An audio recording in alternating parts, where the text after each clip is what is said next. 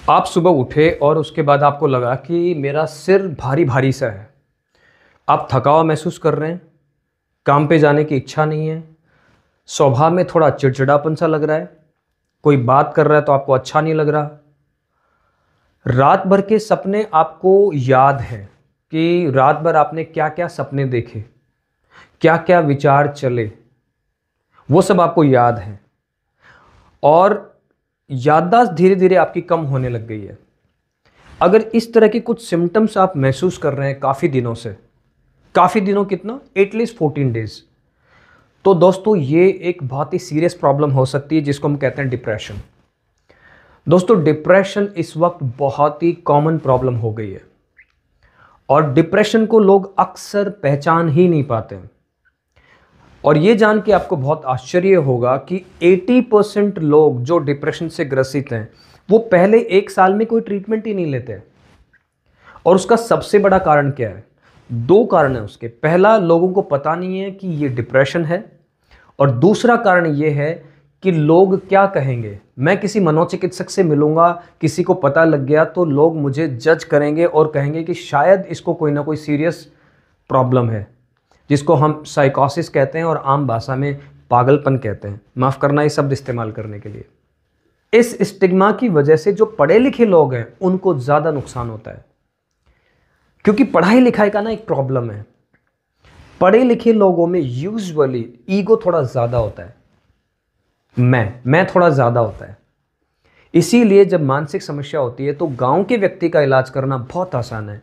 अगर कोई व्यक्ति बहुत पढ़ा लिखा है, लेट्स से कोई डॉक्टर है, इंजीनियर है, एडवोकेट है, या फिर कोई बिजनेसमैन है, या फिर कोई सिविल सर्वेंट है, तो उनके साथ प्रॉब्लम बहुत ज़्यादा होती है, वो आराम से नहीं आते हैं। इनफैक्ट मुझे बहुत लोगों ने आके ये बताया कि सर आपके बारे में हमें 6 साल पहले पता लग गया था, 5 साल पहले किसी ने रिकमेंड कर दिया था, 2 साल पहले हमें बता दिया था हमारे डॉक्टर ने कि आपको साइकियाट्रिस्ट से मिलना है, और हमें आपका पता था लेकिन हम नहीं आए। क्यों नहीं आए? लोग क्या कहेंगे, मैनेज हो जाएगा, ठीक हो जाएगा। नहीं, इसको हल्के में ना लें। एक बात मैं हमेशा कहता हूँ कि जिसको मानसिक समस्या जैसी डिप्रेशन या कोई और सीरियस प्रॉब्लम हो गई है, आपकी सिर्फ लाइफ का एक पार्ट खराब नहीं होगा, आपकी पूरी लाइफ डिस्टर्ब होगी। इसलिए कहते हैं साइकियाट्रिस्ट किसी एक ऑर्गन का डॉक्टर नहीं होता है, वो पूरे व्यक्ति का डॉक्टर होता है, पूरे बॉडी का डॉक्टर होता है, बॉडी एंड माइंड का डॉक्टर होता है। क्योंकि जब मानसिक समस्या होती है तो केवल आपका एक सिस्टम अफेक्ट नहीं होगा, आपकी पूरी बॉडी अफेक्ट होगी। आप गूगल पे जाके करिए सर्च और उस पर लिखिए कि effects on the body and mind due to stress, due to depression, due to anxiety, due to insomnia, और फिर उसके रिजल्ट्स देखिए आप। तो जब भी किसी व्यक्ति को लगातार ये लगे कि उसका मन उदास रहता है, उसमें ताकत या फुर्ती कम है, वो थकान महसूस करता है। तीसरा, वो जिन चीज़ों में बहुत पहले इंटरेस्ट लेता था उनमें उसने इंटरेस्ट लेना बंद कर दिया है या कम हो गया इंटरेस्ट, तो ये बहुत ही इंपॉर्टेंट 3 साइन है। इसके अलावा अगर और सिम्टम्स हैं, जैसे आप चीज़ों को भूलने लग गए हैं, आपके दिमाग में विचार रुकते ही नहीं हैं, आप गिल्ट में रहना शुरू कर दिया आपने। गिल्ट में रहने का मतलब एग्जाम्पल से समझाता हूँ। एक लेडी मेरे पास आती हैं और उनका बच्चा 5 साल पहले 10th क्लास में फेल हो गया था। पिछले 5 साल में उनको कभी भी ये नहीं लगा कि यार ये बच्चा मेरी वजह से फेल हो गया, इसके लिए मैं रिस्पॉन्सिबल हूँ। पर जैसे ही वो डिप्रेशन में आई तो वो क्या कहती हैं कि ये मेरा बच्चा मेरी वजह से फेल हुआ, इसके लिए मैं जिम्मेदार हूँ।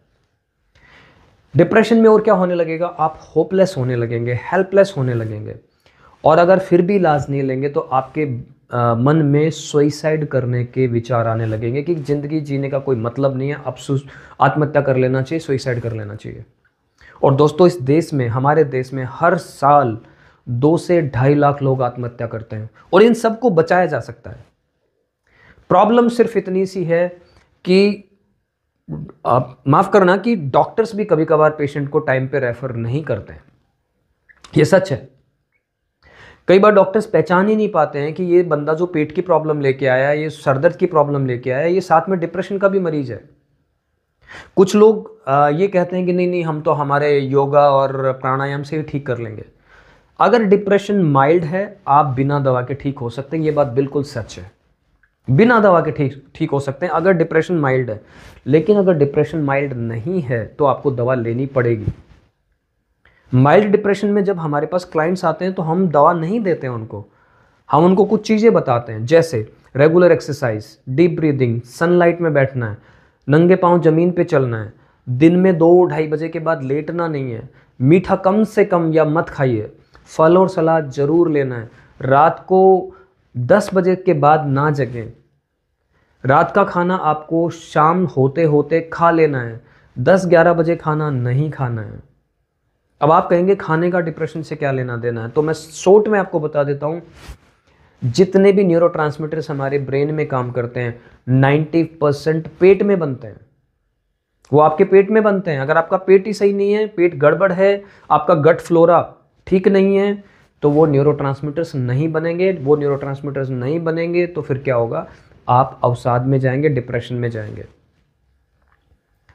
तो अगर इस तरह के लक्षण किसी में भी हैं, किसी भी व्यक्ति में हैं, तो ये डिप्रेशन हो सकता है। आप तुरंत अपने आसपास किसी न किसी मनोचिकित्सक से मिलिए और इस बात की परवाह मत करिए कि कौन क्या कहेगा, क्योंकि जब आपकी स्थिति खराब होगी आपको कोई भी बचाने नहीं आएगा, कोई सपोर्ट करने नहीं आएगा। अगर कोई आपको सपोर्ट करने वाला है तो ऊपर वाले का शुक्रिया अदा करिए। Thank you very much.